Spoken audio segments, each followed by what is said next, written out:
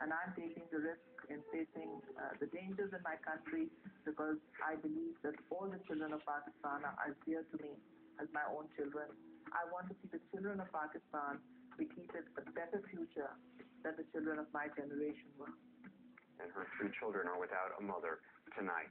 The problem is this: America relies on Pakistan, from prevailing in Afghanistan to catching bin Laden to stopping nuclear weapons from spreading around the Muslim world. Washington needs Islamabad, and Islamabad knows it. Now, Pakistan has taken billions of dollars in U.S. aid with some very real questions about what that money is buying.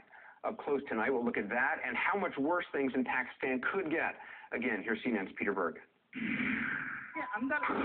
Is this an end to any hope for democracy in Pakistan? The assassination of Benazir Bhutto has not only thrown the country deeper into turmoil, it may have also confirmed the Bush administration's greatest fear, that Pakistan will become tomorrow's pre-9/11 Afghanistan, a lawless home base for extremists, where al-Qaeda can regroup to plot and prepare future large-scale terrorist attacks. After September 11th, the White House relied on Pakistani President Pervez Musharraf to eliminate or at least contain the radical elements in his country. Even with all the chaos and questions, President Bush remains steadfast in his support. President Musharraf has been a strong fighter against extremists and radicals. Well, yes and no. Pakistan has provided the United States with valuable intelligence. But in the past few years, the Taliban and al-Qaeda have been rebuilding in Pakistan's wild tribal regions and attacking U.S. troops over the Afghan border.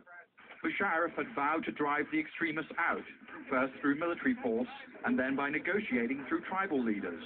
Meeting in Washington last year, President Bush sounded confident.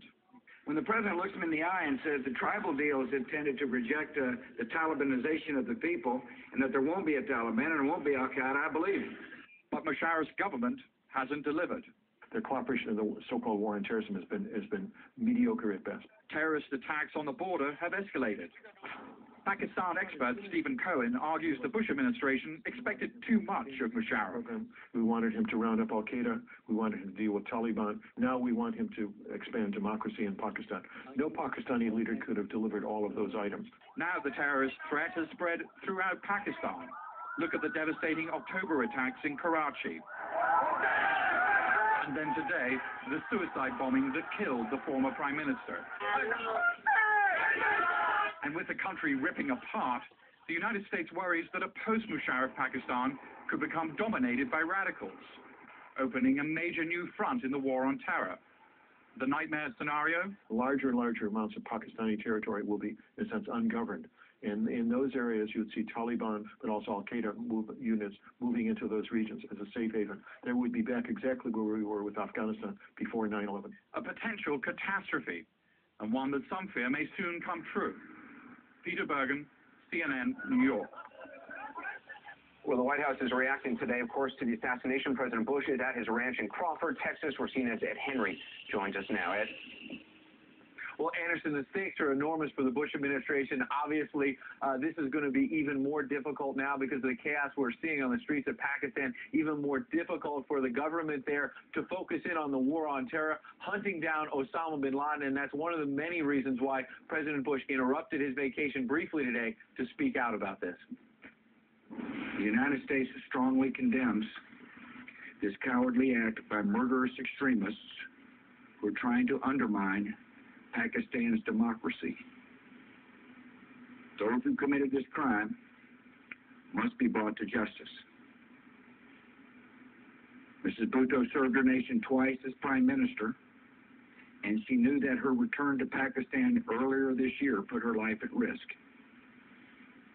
Yet she refused to allow assassins to dictate the course of her country. Now, after those comments, President Bush then called the Pakistani President Pervez Musharraf to reiterate those condolences, but also to try to get an idea of what the situation is like on the ground.